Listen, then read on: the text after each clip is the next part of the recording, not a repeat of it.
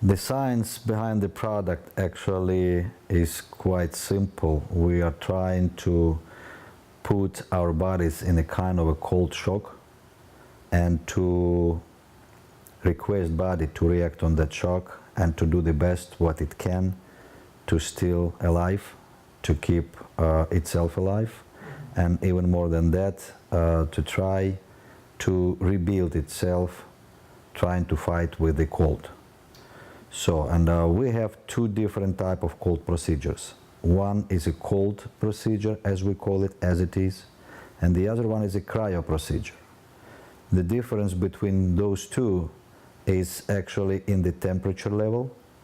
We call cold procedure all the procedures where the temperature through the procedure wouldn't go down more than, or let's say less than 166 degrees Fahrenheit, which is 110 degrees Celsius.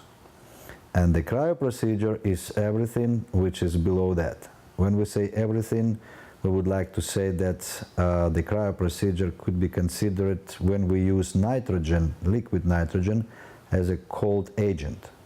Because the boiling temperature of the nitrogen is 196 degrees Celsius, which is approximately 330 degrees Fahrenheit.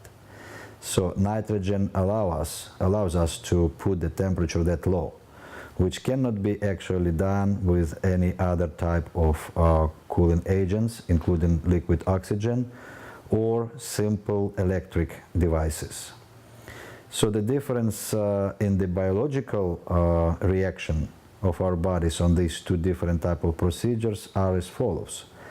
So the cold procedure requests our body to heat up the blood inside the core and to push it to peripheral tissues, to all our extremities, to keep those tissues actually in a warm condition and not to let it undergo hypothermia, which actually quite lethal procedure, or let's say process, if we do not put enough attention on it. So that can actually continue until bodies still have enough power to produce enough heat to heat up the blood and to keep our peripheral tissues warm enough. Then after that, when the body cannot actually produce enough heat, the cold start penetrating our tissues, our muscles, start cooling down the blood, and when the blood goes back to the core and core temperature goes down to 2 to 3 degrees, then we're dying. Cryo procedure has completely different reaction of our body on it.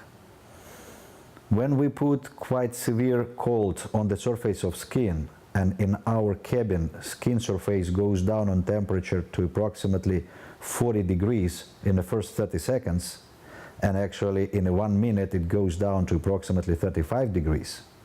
So all the cold sensors that we have in our skin create combined pretty powerful signal which is sent to the brain that we are in a big jeopardy of death of cold. So brain understands that it is almost impossible in such cold environment to produce enough heat to heat up the blood and push it to peripheral tissues to keep those tissues alive.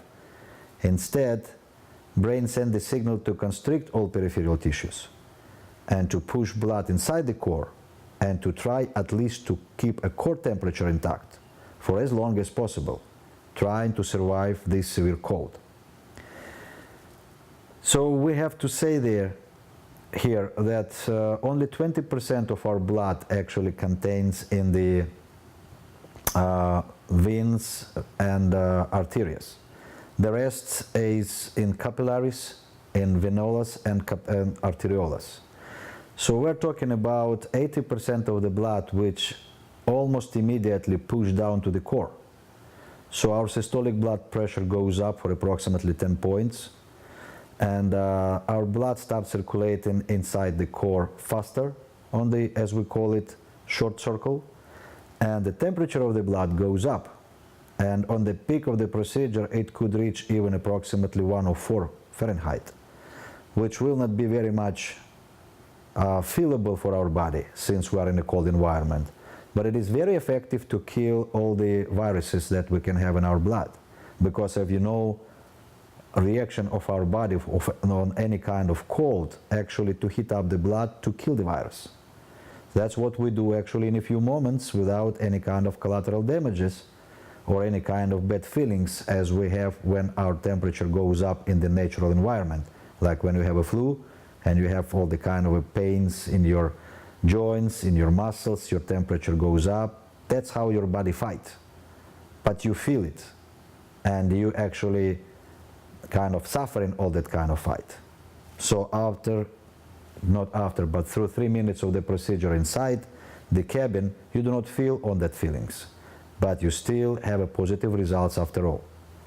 Besides, trying to keep ourselves as long as possible in a life condition, our body tries to release all the resources that it has in itself to fight the problem. So it means hormones, enzymes are going into the bloodstream. Oxygen level goes up in the bloodstream, and ultimately even hemoglobin level goes up after a certain number of procedures. So we actually have what we call supercharged blood, and that blood being circulating around our internal organs creates the wonderful environment for rehabilitation of our internal organs if they undergo any kind of problem in the past, and also to rebuild our organs if we're talking about cell regeneration. And then having all that in place, we actually have the great opportunity to start the original given to us by nature self-regulating processes in our core.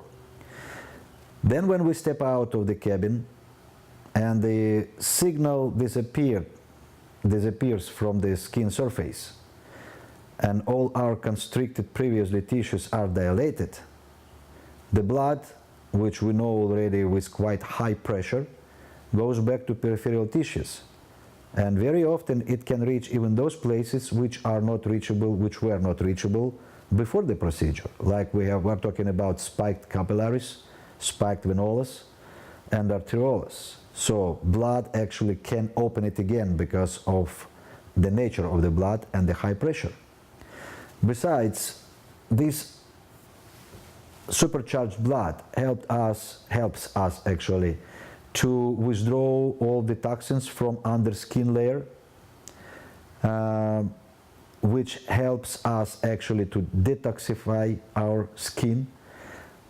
It helps as a procedure to produce more collagen, and collagen is very important for skin elasticity. It also increases metabolic rate in order to produce heat. And that's actually what we have on biochemical level of our, let's say, body. And we have two more levels which modern medicine does not even talk about. We're talking about energy level and informative level. As we have our blood circulating inside blood system, which is net for our blood, same net we have for energy, which we call meridians, 12 main meridians and a lot of collateral meridians. Those doctors who are acupuncturists, they know what I'm talking about. And just 5-6 years ago, acupuncturists were considered as doctors.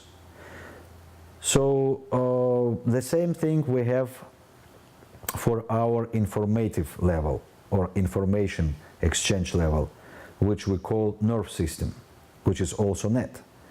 So we know from the law of physics that if we get electric wire and heat up one end of it and cool down the other end, electric current will appear in that wire because of the difference of the temperature.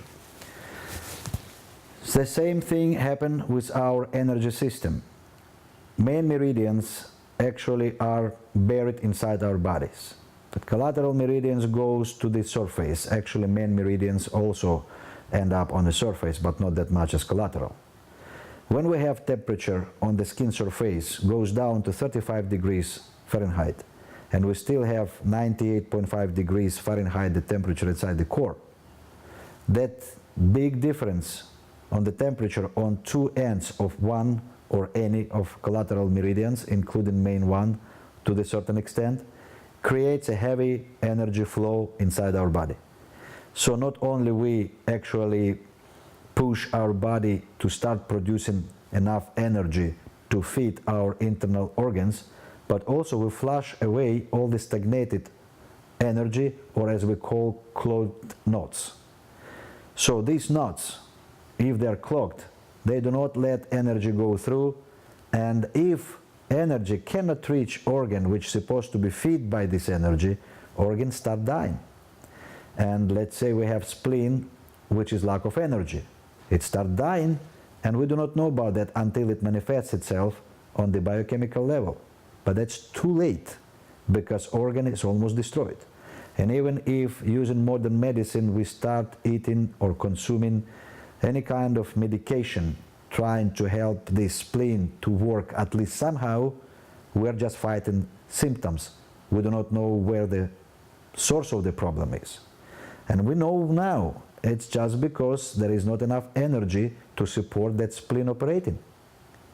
So after that procedure, or let's say set of the procedures, because nothing can happen after one procedure only, we can actually help our body to recreate the, let's say, manufacturing of the energy, and also to open all the ways for the energy to go and reach the final destination, which are our organs. On this point, we can stop talking about energy, and actually we covered 2 levels out of 3. We covered biochemical level and energetic level. So now we can go to the most important level, which is informative level.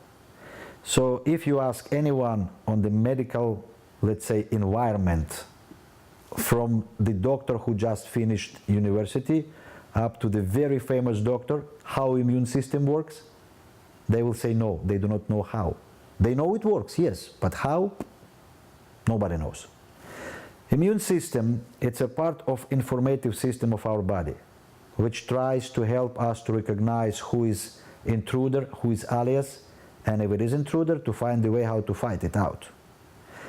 Autoimmune problems, which are, for example, psoriasis, that's when immune system does not understand and cannot recognize who is who and start fight itself, which is definitely not good for our body. Someone from the medical environment may blame me that I do not use proper words to explain things. Could be right, but what's the reason for me to use those words which they use, not have an opportunity to explain anyway anything? So I'm just explaining it from my point of view, and from the point of view of those who consider cryotherapy is a very helpful, let's say, procedures to help ourselves to come to the point of original self-regulating processes that we have been given to us by nature.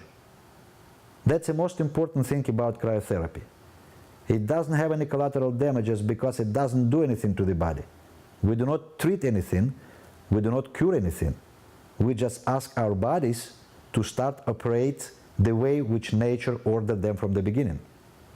And if we can undergo that level, so I'm pretty positive we can get very positive results trying to help ourselves to heal itself. That's actually how it works.